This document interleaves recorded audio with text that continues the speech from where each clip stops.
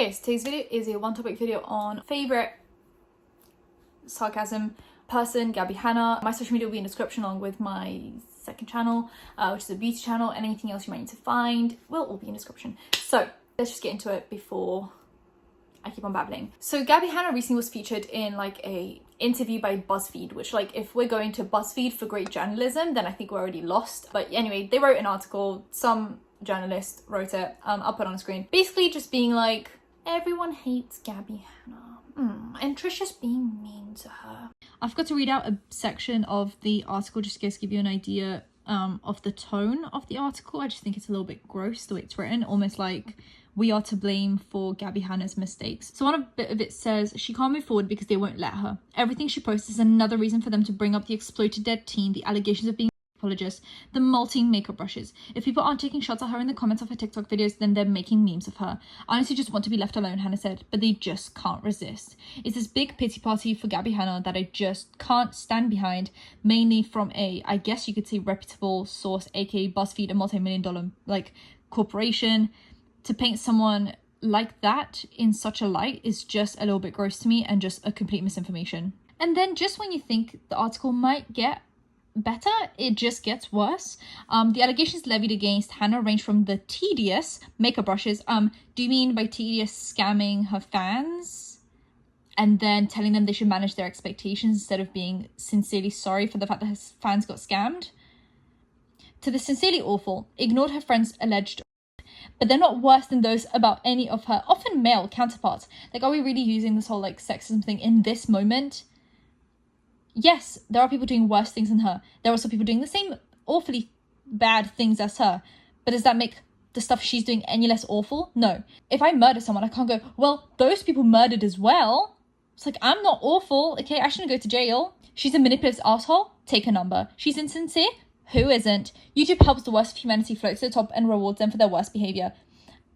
Everything she's saying is technically correct, but in this situation, absolutely infuriating.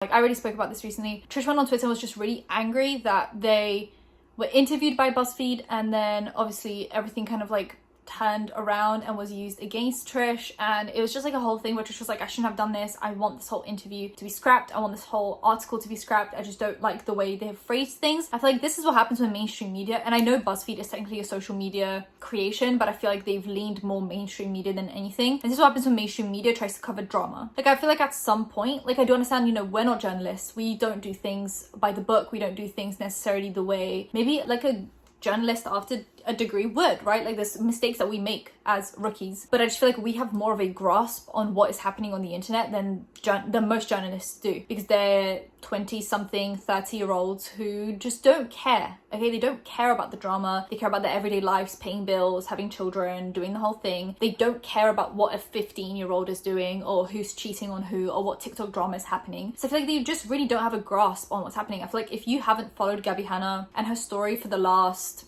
5 years, 3 years, 4 years, you don't have the context necessary to write a good article about her. I feel like if they had done more research, if they had just looked into Gabbie Hanna as a person, they would not have written that article. But because they were just like, oh, we see everyone's criticizing Gabbie, we're now going to just write an article about how poor she is, how everyone hates her. And it's just like, no.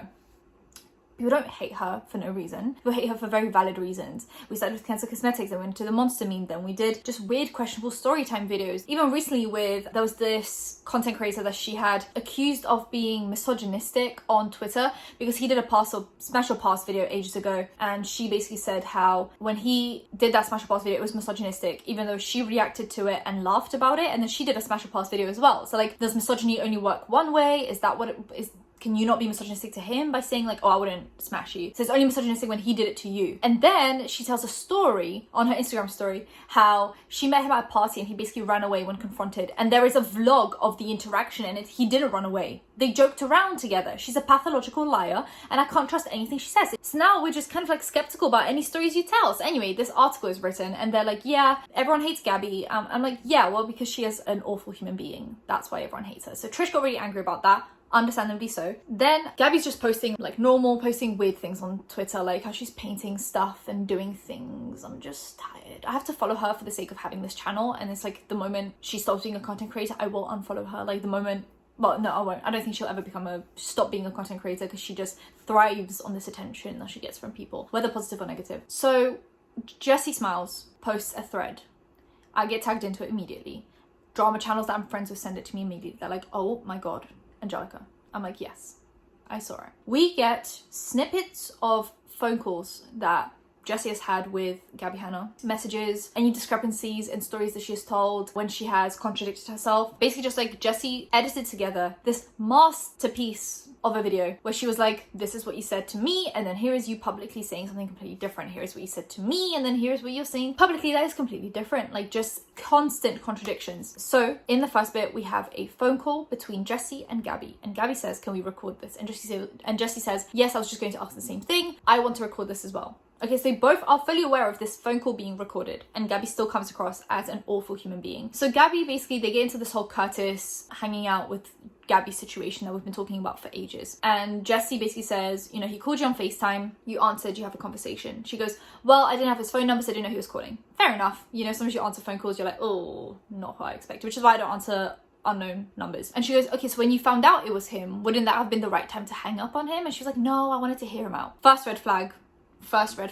Second of all, Gabbie was at a party back when they all lived in that same building, like all the Viners lived in that one building in Hollywood. And basically Jessi was like, you're at this party, you're hanging out with everyone. Curtis and his friends walk in. He pulls you to the side to have a chat with you. Why did you say yes? She's like, well, I just wanted to hear his story out. Like, I wanted to hear his side of things. Jessie's like, why would you want to hear his side? And Gabbie then goes into the, like, defensive. And she's like, well, it's because I wanted to defend you. I wanted to see if he would lie about you. Like, I wanted to defend you. She's like, yeah, but I don't want you to do that. I don't need you to defend me or hear out his lies or figure out if he's lying or not. I don't care. I don't care if he's lying to people or if he's not lying. And you as a friend shouldn't really care either. Like, why do you want to hear out his side of the story just in case he's lying so you can correct him?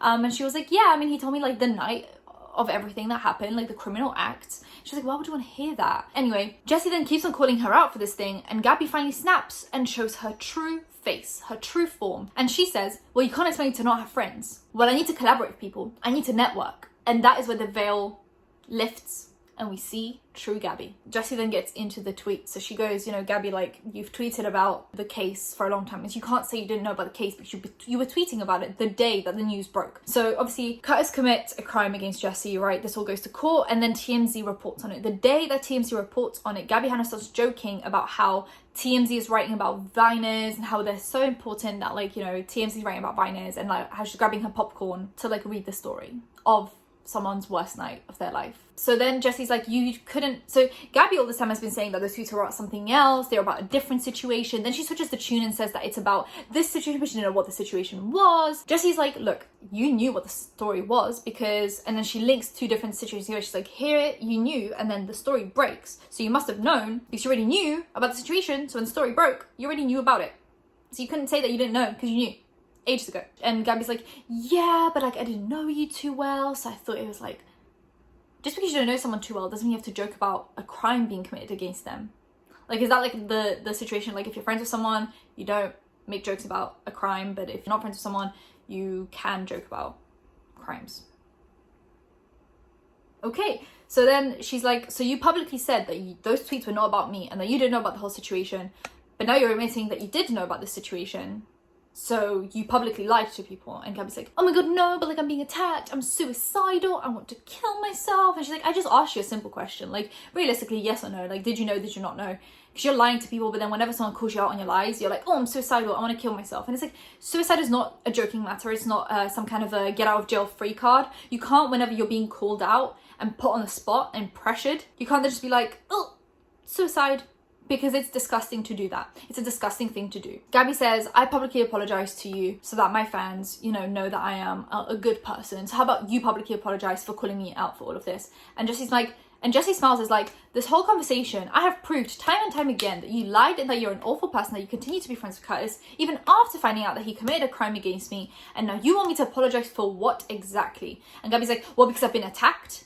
And I've been suicidal, and people have been sending me death threats, so I think you should apologize. And Jessi's like, and Jessie Smiles is still a good person, because I would have lost my cool by that point. Like, I would have really lost my cool. But Jessi was really, really nice, and she was like, I'm sorry that you're going through that, but at the same time, I'm not going to apologize to you because you are suffering the consequences of your own actions. Anyway, Gabbie's like, no, I need to sign an NDA saying that you will never talk about this again, and I need you to tell everyone that I am a good person, essentially. And Jessie's like, no, what we can do is you can sue me, send me a cease and desist, sue me, and we can go to court and see how that plays out. That way, none of your audience doesn't get involved, my audience doesn't get involved, no one is affected but me and you. And she goes, no, I want this to affect my audience because like they need to know what's happening. And she's like, no, but this is clearly like stressing them out, it's stressing you out, so just sue me, like, and then we can sort this out in court. And Gabbie's like, no, you have a kid and he's got like speech problems and I know it's going to take money away from you. The gaslighting that was happening, that whole phone call, disgusted me. My blood was boiling with every single tweet that I was reading and watching, and I was losing my mind. I can't even begin to imagine how Jessie feels. Now that she's pregnant again, going through the stress again, having to bring this up, and this is what I said. Gabbie tokenizes and uses this situation with Jessie as some kind of a point victory thing on Twitter. She brings this up whenever she feels like bringing this up. She brings this up to prove some kind of a point. And then whenever Jessie Smiles claps back, that is when Gabbie has a problem with it. So Gabbie can bring it up, even though it's not her situation to tell, but Jessie can't bring it up because then she's bullying and making Gabbie suicidal and attacking her fans and affecting her fans. It's very interesting how that works. Then I remembered my personal conversation with Gabbie where I told you guys last time that I didn't talk about Gabbie for a really long time because me and her had a private conversation where I realized that she was probably just suffering through some kind of a mental health issue, and at that point she had been really nice to me. She said, look, this was after the shadow ban thing, before this situation. Me and her had a private conversation where, you know, I tried to call her out multiple times in private conversations and never really worked out. We were going in circles, so we just stopped talking. And then after a while I said to her, look, I'm glad that you're back on the internet. I'm glad you're feeling better mentally. I hope you're able to go back to normal. I was just trying to be supportive. I was trying to be a good, empathetic human being. She was like, yeah, I'm back to normal. I think I'm fine now. Like, everything's okay. I'm releasing music. I'm scared to post videos. And I was like, hey, don't be scared. Just like post and then don't look at the comments for a while. Just, you know, just post and just have fun with it. She's like, yeah, I should. And then she sent me a message being like, hey, I posted a YouTube video. And then I posted a YouTube video being like, hey, Gabbie posted a YouTube video. I think it's really nice that she's going back to normal. Gabbie commented on that video being like, thank you for the like welcome back to the internet. It's been really nice. Thank you for the support. Everyone liked it, whatever. Then we were having more personal conversations where she was starting to tell me lies about Jessie Smiles, making Jessie Smiles out to be a sociopath who's basically just out to get anyone. She said to me that Jessie Smiles in voice messages was accusing Gabbie of violence and like criminal acts. She was like, yeah, because I was talking about some fake friends that I've had, some, you know, just, you know, when you're having like regular conversations where you're venting, and I was just like typing. I was like, ugh. I wasn't really reading what Gabbie was saying. I was like typing as I go along. I was like, yeah, and I had this crazy friend like backstab me, and then I had this friend, I had this friend. And then I went back and I read all the stuff that she said, and she would throw Jessie into the mix. She'd be like, yeah, Jessie was like psycho. She would tell me I never really agreed with anything that she was saying. So she would say stuff and I'd just say like my own story. So she'd be like, Jessie did this, this, and this. And I was just like, okay, well, and I just like would be like, oh yeah, I've had like crazy friends who said this and this and this, and I would just tell my story, and she kept on bringing up Jessie, and I would just keep on ignoring it on purpose because I didn't want to cause drama with her again. I didn't want to start an argument in personal conversations again, but I also didn't want to agree with something that I wasn't aware of, if that makes sense. Like, I didn't want to be like, yeah, this definitely happened, or no, it definitely didn't, Gabbie, you're a liar, like in personal conversation. It's really awkward to confront someone when they're already, like, you can tell that they've already got mental health issues and they've, you know, had a mental breakdown publicly. You don't want to be like the thing to push them over the edge again. I just didn't want to be that person. I was like, I'm gonna leave it. Look, I'm gonna leave it. If she thinks Jessie is psycho, that's their business. That's not for me to decide on. So she's telling me the story. I'm bringing up like my own stories, not agreeing with Gabbie's depiction of Jessie, but just kind of like telling my stories on the side. I was just like venting. I go back to read the messages, and she's saying how Jessie is accusing her of violence, accusing her of criminal acts in these voice messages. But at no point does she send me these voice messages. She's just like, yeah, this happened. I was like, okay, yeah, that's really crazy. I think that's why I said one of the messages. I was like, yeah, that sounds kind of crazy. Yeah, sure. I mean, if that's what it is, that's fine. Sounds kind of crazy. Looking back on it, these voice messages don't exist. The ones she told me about Jessie accusing her of violence, they don't exist. There is no Jessie accusing you of violence or criminal acts. There is Jessie quite simply bringing up multiple lies that you have told everyone, pressuring you to tell the truth, and then you telling her that you're going to basically kill yourself if she doesn't apologize for telling the truth. The amount of manipulation that Gabbie does, and this is something I've called her up for before, and then I became manipulated by her as well. So I remember during the Jessie and Gabbie situation, a fan of Gabbie's messaged Gabbie, and they started talking about Jessie, and Gabbie was manipulating this person into hating Jessie and thinking that she's this like awful person. I called her out on it in a video. I was like, you're manipulating young fans personally in messages, telling them personal things about you and Jessie and making them feel like Jessie is a bad person. I called her out for it, and then months later, she manipulates me as well. I was like, what? I read back those messages and I was like, how did I not catch it back then? I think maybe I just wasn't reading the messages properly. I was just like, I probably skimmed over some of the messages. I don't know, looking back on it now, I'm like, she literally was just painting out Jessie to be this pathological liar who accuses people of violence, when in reality, Jessie was just calling you out on your bullshit, and you were just trying to cover yourself just in case these messages ever come out. You're gonna be like, oh, she's psycho, don't listen to her. It's insane, the stuff that Gabbie does. She's back to just posting regular tweets now, and everyone in her replies is finally like, hey, address this Jessie Smiles. Like, finally, Gabbie stands are nowhere to be seen. Like, usually Gabbie stands are like everywhere, calling everyone crazy and saying how we're all hateful. Now they're nowhere to be seen, and I'm wondering why. Is it because now there's actual like valid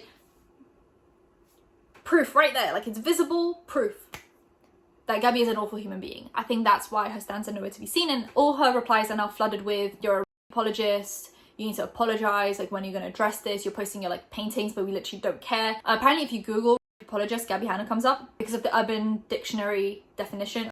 Apologist is now Gabbie Hanna, which, like, fair enough.